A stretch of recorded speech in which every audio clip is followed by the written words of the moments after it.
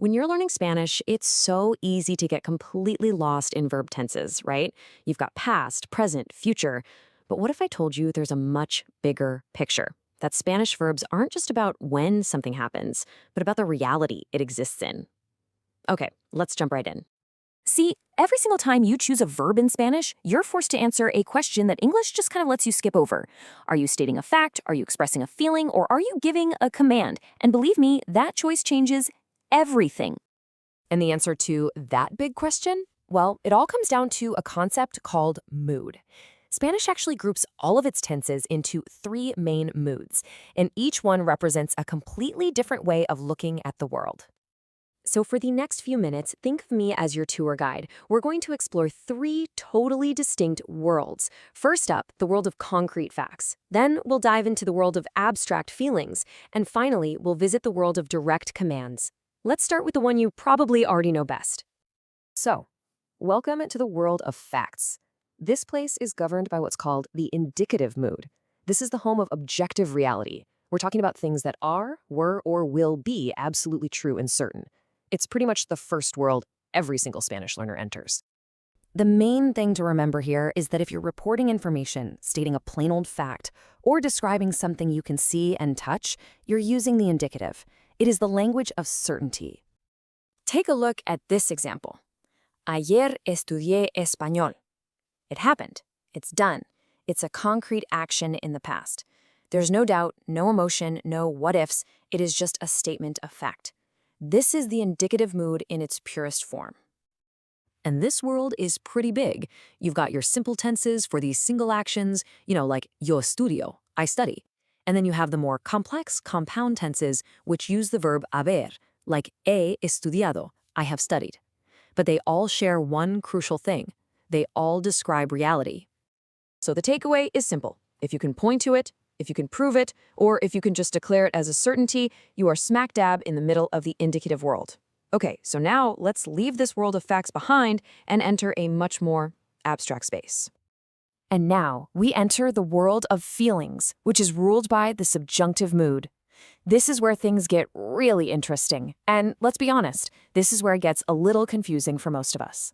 This world isn't about what is, it's about what we wish, or what we doubt, or what we imagine. The subjunctive is basically the language of subjectivity. It all lives inside your head, in your hopes, your fears, your recommendations, your what-ifs. It's all about detaching language from that concrete reality we just left.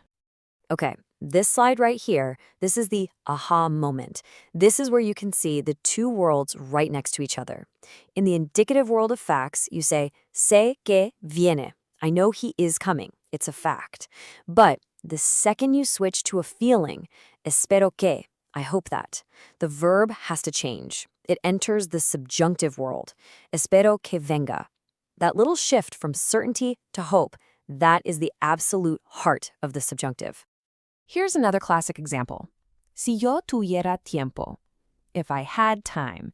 This is totally hypothetical.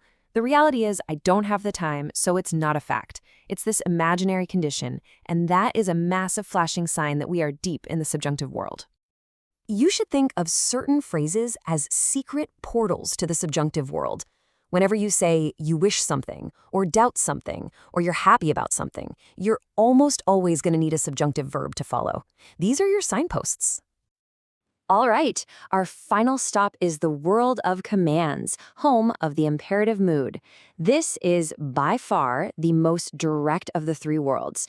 It is all about influencing what other people do, using orders, instructions, and requests. So the imperative doesn't describe reality or feelings. It actually tries to create a new reality by telling someone what to do. It's the language of pure action and direction. The imperative basically has 2 modes. You've got the affirmative for telling someone what to do, habla, speak. And then you have the negative for telling them what not to do, no hables, don't speak. And notice how that verb ending completely changes between the positive and the negative command. And this is where it gets so cool, this connection between the worlds. That form for the negative command, no hables, isn't just some random form. It's literally borrowed directly from the subjunctive world. It's almost like by telling someone not to do something, you're describing a non-reality, which of course, is the subjunctive's home turf. Okay, so we've visited the worlds of fact, feeling, and command. Let's bring it all back together and see how this whole framework can become your new favorite tool for speaking Spanish. Here it is, all in a nutshell. You use the indicative to state what's true. You use the subjunctive to express what is felt or what is uncertain. And you use the imperative to tell someone what to do, fact, feeling, or command. It always comes back to that. You know, thinking in these worlds, instead of just trying to memorize a million conjugation charts, it's a total game changer. It's what separates speaking mechanically from true natural fluency. Because you start to understand the intention behind your words. So the next time you form a sentence in Spanish, I want you to ask yourself this one question. Am I describing a fact that I can see? Am I talking about a feeling that's inside my head? Or am I trying to make something happen right now?